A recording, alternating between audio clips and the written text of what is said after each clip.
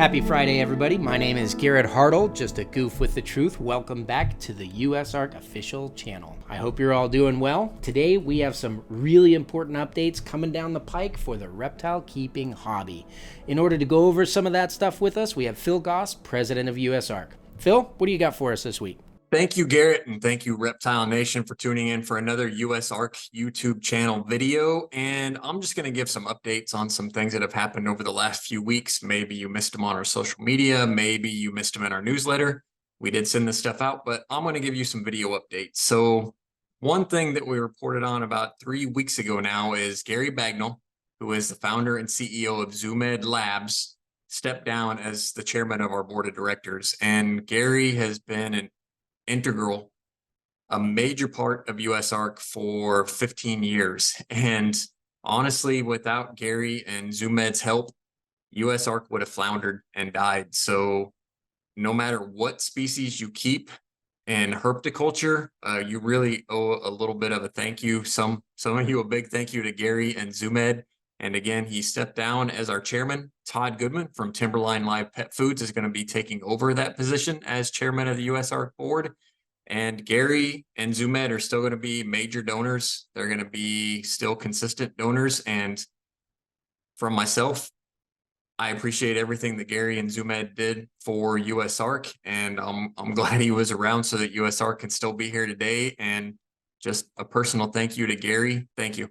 Yes, Gary, I would like to personally thank you for everything that you have done for reptiles over the years. And guys, if you've been keeping reptiles for 10 months or 10 years, why don't you just join me in the comments section below thanking Gary for the legacy that he's left from ZooMed. So one of the main reasons behind Gary's decision to step away from the USARK board was because of a pet project that he's been working on for actually multiple decades now. And you can actually check it out. He's putting videos on YouTube already.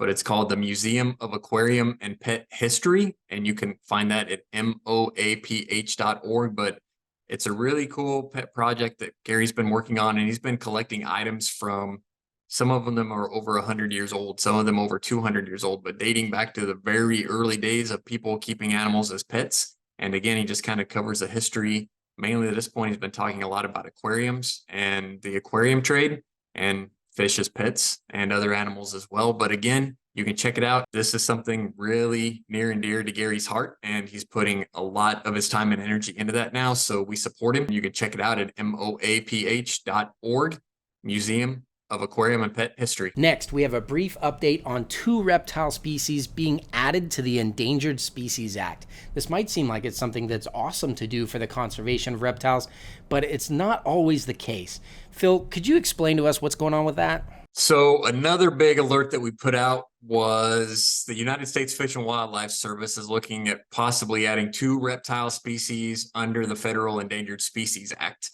And that sounds like a good thing, and it can be, but it's really not in the overall spectrum and actual conservation of species, because what it does when species get listed under the Endangered Species Act, which I'll just call ESA, that means you can't sell them across state lines, and that puts a real genetic bottleneck as well as causes some other issues. So the 2 species they're looking at adding under ESA are the blue tree monitor and the Borneo earless monitor. So 2 small species of monitor. These aren't big, Nile monitors or Asian water monitors. These are small, relatively easy to keep species of monitor.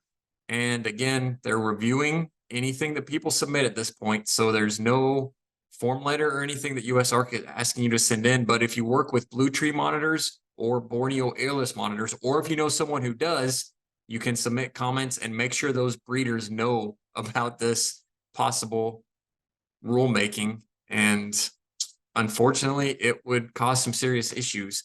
And speaking even further on that, there are 3 bills that would actually modernize the Endangered Species Act and allow for non-native species of reptiles or whatever type of animal they are to be sold across state lines. Because again, this is a major issue, because currently domestic breeding and creating more and increasing the global population of these animals, if they're endangered in Thailand or Madagascar or wherever they may be native from, that is not considered conservation by the United States Fish and Wildlife Service. So even though we could increase the population from, say, maybe as low as 100 to 1,000 or 10,000, increasing that global population is not considered conservation by the United States Fish and Wildlife Service currently.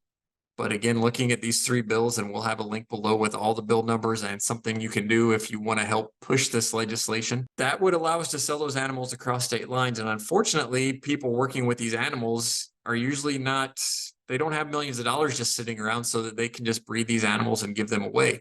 You know, we have to be reimbursed for the care and caging and feeding and maintenance and possibly employees to do all this stuff. And that's a vital part of what we do. And it is conservation, whether that is recognized by everybody or not. But again, check out the link below. Please take action if you can. Again, there are three bills that would modernize ESA, and we wouldn't have to worry about species after species after species, because it's only going to get worse, especially over the next 5 to 15 years, that we're going to see these petitions to list these animals as endangered. And all that's looked at is if they're actually endangered in their native range. So even if it's a species that we may have 100,000 plus of here in the United States, which is way more than maybe in the wild range of these animals, and even if we haven't imported them for 20 or 30 years, if they get listed as endangered because of what's going on in their native range, whether it's loss of habitat or just collection for traditional medicine in other countries, whatever it may be, then we cannot sell those animals across state lines. And it really is a problem. And Congress needs to look at this and fix it. Yes, absolutely. Phil, would you mind updating us on the addition of the Lacey Act Amendments, please? Obviously, a lot of people are familiar with these Lacey Act Amendments from last year when they were part of the Competes Act. And that bill was going to be passing in less than 2 weeks. And it was really all hands on deck to make everyone in Washington, D.C. aware of what was happening. This year, it's not as pressing at this time, but we do have an active alert, and there are 7 legislators that you need to look at. So again, just click on the link, see if one of those legislators is your legislator. And if you are a constituent, we have steps you can follow. It's really easy. Just tell them you're a constituent. For these 7 legislators specifically, you can tell them that you don't appreciate them being sponsors or co-sponsors of these 2 bills. So there is a House version and a Senate version. But again, right now the focus is only on those 7 legislators. We only want their actual constituents, because you have to enter an address, and that's how they verify if you're a constituent or not. So only if you're one of their constituents, then contact them. And we have it all spelled out. Again, the link is below. Just click on it, take action. If you know anybody living in those cities or those districts for those legislators, poke them. Say, hey, could you do this for me? Even if they're not a reptile keeper, even if they may not be affected, you can still ask friends and family who are their constituents to contact them, because it does affect you.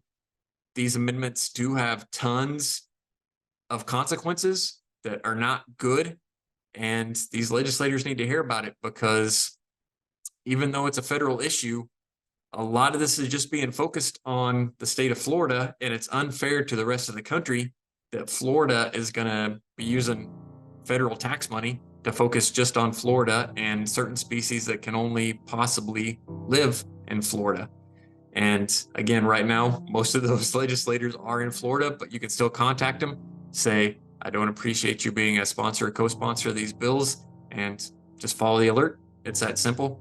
It takes you a couple minutes, and you can do it, and you can take action, and we appreciate everyone who does. Yes, guys, this is going to be a huge one for pet hobbyists everywhere. So make sure that you stay up to date on what you can do to help us out by checking out the link in the description below on the Lacey Act Amendments. And Phil, thank you for not only bringing this to our attention, but continuing to keep us updated on this one. Thanks again, Garrett, and thank you, Reptile Nation. Until next time. Well, that's it for us this week. You guys know what you need to do. Make sure to like the video, comment to Gary in the comment sections below, thanking him for his legacy here in reptile keeping, and share this video with all of your friends so they can see what's going on in our lives as animal keepers, so that we can continue to enjoy these animals that we know and love for generations to come. Thank you, everybody, and good night, America.